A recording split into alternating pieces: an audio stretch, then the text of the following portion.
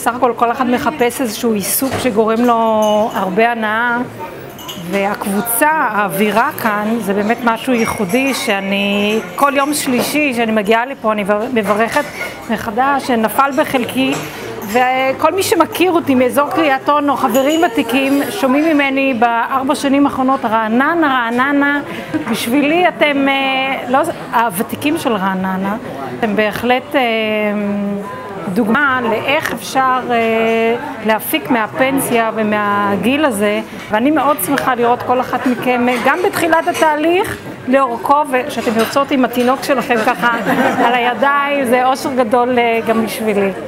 בוקר טוב לחוג הנחמד שלנו. בוקר טוב בנות. מה דעתכם? בוקר טוב. קל מאוד להכין את טיסת הנייר שאיתה אומני הנייר מפסלים. לוקחים את הנייר הגרוס ומשרים אותו למשך לילה שלם בכלי. לאחר מכן סוחטים היטב. מערבבים עם כל הדבקים, מערבבים טוב, והנה העיסה מוכנה לפיסול.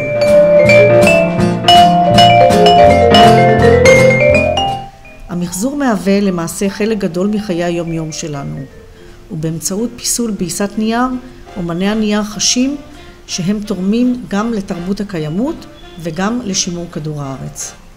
ומה, הוא חובש כפפות או שזה היד שלו? לא, זה הידיים שלו. כמה זמן את עובדת כבר על העבודה? כמה שיעורים? 3-4 שיעורים. בעצם סוליה שחורה, והנעל אחד הגוונים של הכחול.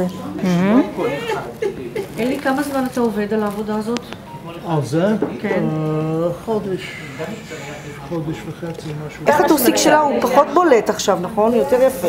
אלי, תראי, יש לי פה גבר, הוא כל פעם מסתכל, הוא אומר לי מה נכון, מה לא נכון, לפי ראות עיניו. איזה טוסיק יפה. הוא אומר שהטוסיק שלה יפה עכשיו. כן, מאוד. ולמעשה אלה כלים שבאים מהתחום של בצק סוכר. והמסורית זה המנתח הפלסטי שלנו, האולטימטיבי. זאת העבודה, ופה לוקחת את הרעיון. שחלק יהיה עם דוגמה, אולי החלק הפנימי יהיה עם דוגמה והחיצור או ההפך. פה על השתיל, כמו שאת עושה יופי.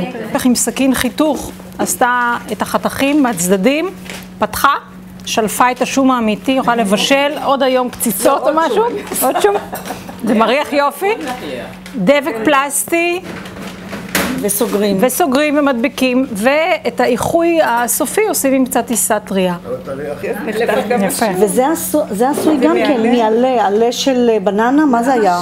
של ציפור גן עדן. הוא קצת שובב הבחור הזה, והיד שלו הייתה קרובה מדי לחזה שלה, אז ניסרו לו את היד, ופשוט בנו לו יד חדשה. ועשינו ידיים חדשות. כי לא הסכימו שהוא יהיה כזה שובב. שהוא יעמוד מולה ככה בלי לגעת. אני מאוד אוהבת לפסל נשים, ובפיסול שלי שאני עושה אותו הוא לא אחד לאחד, רוב הדברים שאני עושה, תמיד יש איזה משהו ככה הומוריסטי, משהו קצת משעשע, ופה היא כזאת רזונת ופשוטה וזה, ואנחנו נעשה לה ככה קצת חיתוכים, כמו זאת למשל, שמצד אחד הפנים שלה כל כך עדינות ויפות, והגוף שלה הוא קצת משעשע.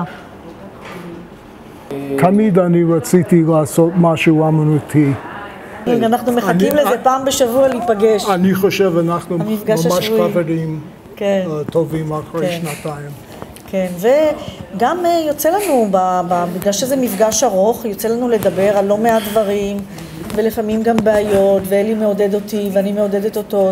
אני רוצה להגיד שהכיתה, את 10 אנשים שם מצוינים.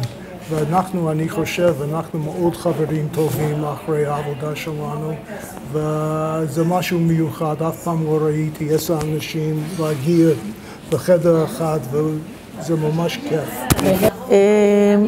התחילה עם איזושהי צורה שמצא חן בעיניה, ואז היא הלכה לאינטרנט וראתה פסל שיותר מצא חן בעיניה, והחליטה שהיא משנה את העבודה. אז כאן בא לידי ביטוי האפשרות בעיסת נייר שאפשר באמת לעשות את השינוי הזה.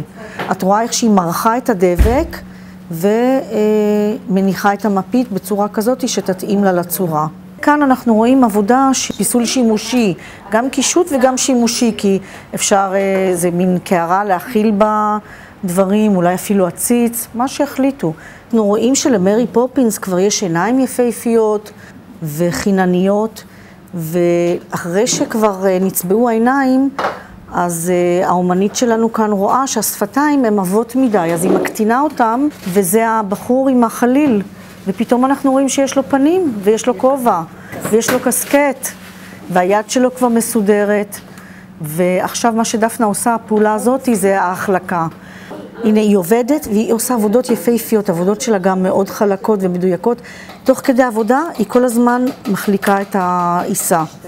פעמים רבות, כשאנחנו לא מרוצים מהצבע, היופי בעבודה בעיסת נייר זה שאפשר לשנות את הצבע. דיברנו על המון סיטואציות, בהתחלה חשבנו לעשות בובה עם מכנס קצר, אחר כך אמרנו לא.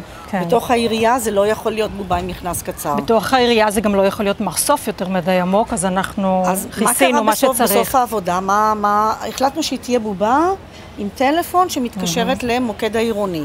היא הייתה בעירייה, עמדה בכניסה, באכסדרה, במשך 2 ואחר כך התגלגלה כאן למנהלה של לב הפארק. הייתה גם דוגמנית שדגמנה בעבודה של העיסת נייר, את זוכרת? אחת התלמידות הכי מבוגרות שהיו לי אי פעם, עם רוח צעירה, והיא ישבה בסבלנות רגל על רגל עם הרגליים היפות שלה. זאת הייתה אימא שלך, שנפרדנו ממנה לצערי. היא נמכרה במחירה פומבית, שילמו עליה 1,500 שקל, שנתרמו לעמותה למען הקשיש ברעננה, ואז תרמו אותה לראש העיר. אולי נחדש אותה, ניתן לה אופי שונה, ונוציא אותה עוד פעם למכרז.